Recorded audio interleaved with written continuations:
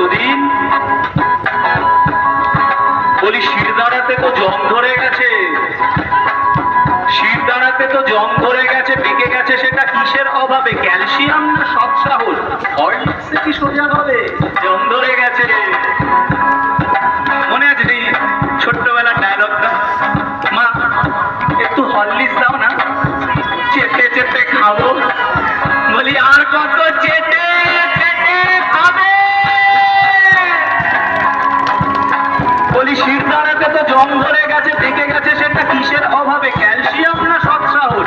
হরলিক্সে কি সোজা হবে? জং ধরে গেছে, জং ধরে গেছে। আমাদের সব দাদারা দিদিরা কত বড় বড় কাণ্ড ঘটায়, মানুষের সব ক্ষতি